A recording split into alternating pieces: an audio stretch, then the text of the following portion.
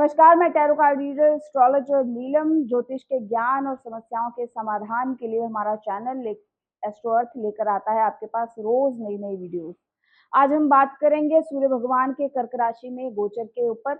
सूर्य भगवान 16 जुलाई को कर्क राशि में प्रवेश करने जा रहे हैं। अपने ही मित्र ग्रह चंद्रमा की राशि में सूर्य भगवान का गोचर किस प्रकार का प्रभाव लेकर आएगा, 12 राशियों पर इसका क्या प्रभाव रहेगा, इसके ऊपर हम चर्चा करेंगे। कुल 1 माह तक सूर्य भगवान जो है वो एक राशि में रहते हैं, गोचर करते हैं और इसका आम जनमानस, आम जनजीवन पर खासा प्रभाव देखने को मिलता है।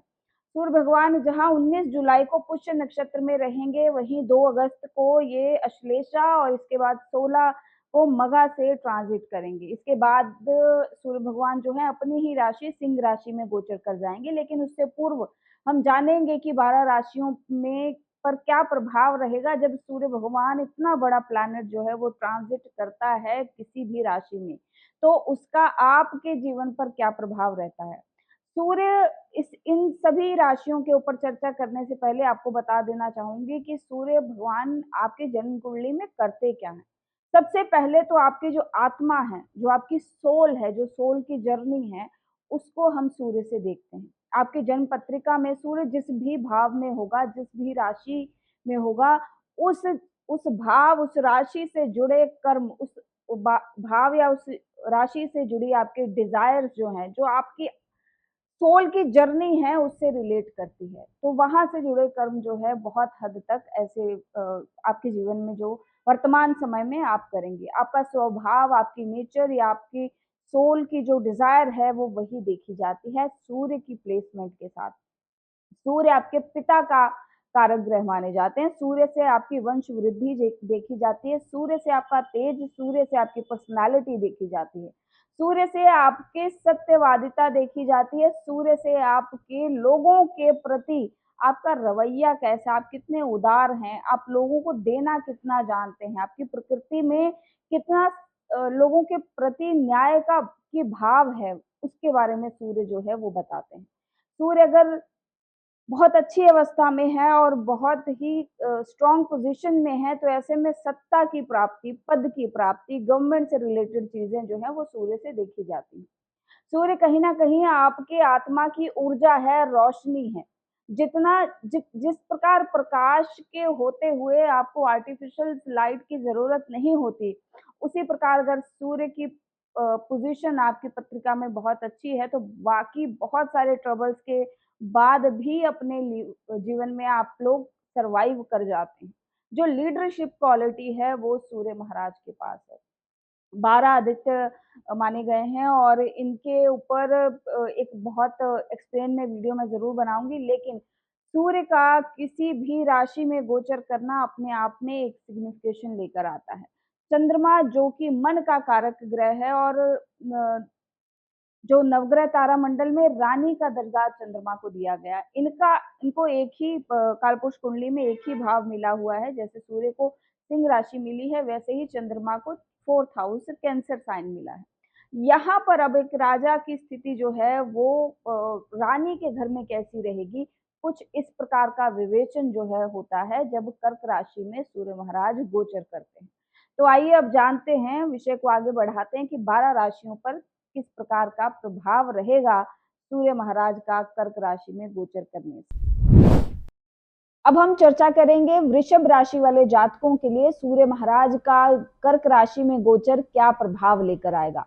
सूर्य महाराज आपके तीसरे भाव में गोचर करेंगे। कर्क राशि में गोचर करते हुए सूर्य महाराज 3rd हाउस का भी इफेक्ट आपको देंगे। तीसरा भाव आपके पराक्रम का, आपके छोटे भाई बहनों का, सिबलिंग्स का, इसके साथ ही आपके नेबरहुड का, सहायक कर्मचारियों का भी है। तीसरा भाव, यहाँ से आपकी काम इच्छा शुरू होती है, यहाँ से काम का भाव जो है वो शुरू होता है, आपकी इच्छाएं जो हैं वो जागृत होती है। यहाँ पर अब सूर्य का आगमन होना, अब आप देखेंगे कि आपका जो एक इमोशनल बॉन्ड है वो अपने सिबलिंग्स के साथ ज्यादा बनना शुरू हो जाएगा। इस मंथ में कहीं ना कहीं आपको अपने बहन भाइयों का इमोशनल रूप से सपोर्ट करने की आवश्यकता पड़ सकती है, या फिर आपके आसपास कुछ ऐसा एनवायरनमेंट बन जाएगा जहां पर आपको किसी ना किसी का सपोर्ट सिस्टम बनना पड़ेगा। आय के लिहाज से ये काफी अच्छी स्थिति रहेगी। यहाँ पर कोई ना कोई इमोशनल कनेक्शन आपके साथ बनता दिखाई देगा, आपको किसी का सपोर्ट मिलता दिखाई देगा। आपके ऑफिस में कोवर्कर्स के साथ आपके जो तालमेल है वो यहाँ पर काफी हद तक अच्छे होते दिखाई देंगे। अब इस एक मंथ तक अगर किसी प्रकार के पद की प्राप्ति आपकी इच्छा में रही है तो यहाँ पर वो सफल होती दिखाई दे रही है।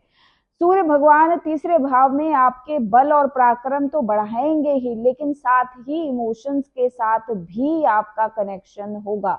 यहाँ पर आपके बहुत ज्यादा जो लिंक्स हैं वो एक आत्मीयक रूप से बनते हुए दिखाई देंगे। बहुत अच्छे लोगों के आपके जीवन में आना या बहुत एक पदवी पर बैठे हुए लोगों का आपके संपर्क में आना, ऐसी चीजें आपके साथ होती दिखाई देंगी।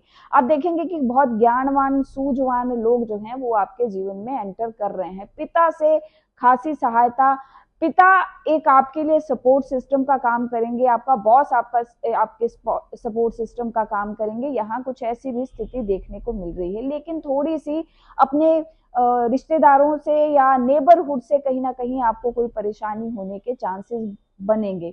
छोटी यात्राओं से लाभ और छोटी यात्राओं को करने का अवसर यहाँ बनता दिखाई दे रहा है। यहाँ पर बैठ के सूर्य महाराज आपके नवम भाव को देखेंगे, आपके भाग्य स्थान को देखेंगे, तो बहुत सारी चीजें अब लक से आपको प्राप्त होंगी, किस्मत से आपको प्राप्त होंगी। थर्ड हाउस में जब भी सूर्य आए तो बहुत अच्छी स्थिति बनाता है और बहुत सारी चीजें जो हैं वो आपके लाइफ में स्वतः ही होनी शुरू हो जाती हैं। अब यहाँ पर प्राकृतिक रूप से आपको सहायता मिलनी शुरू हो जाती है, किसी पद पर बैठे व्यक्ति की सहायता मिलनी शुरू हो जाती है। अगर कोई अप्रोच करना चाहते हैं अपनी लाइफ में, किसी बड़े पर्सन की आपको सिफारिश चाहिए या किसी बड़े पर्सन से सहायता चाहिए, तो ये बहुत उपयुक्त समय है। सरकार से लाभ मिलने का ये बहुत सही समय माना गया है। तो यहाँ पर कुछ ऐसी स्थितियां बनती दिखाई दे रही हैं।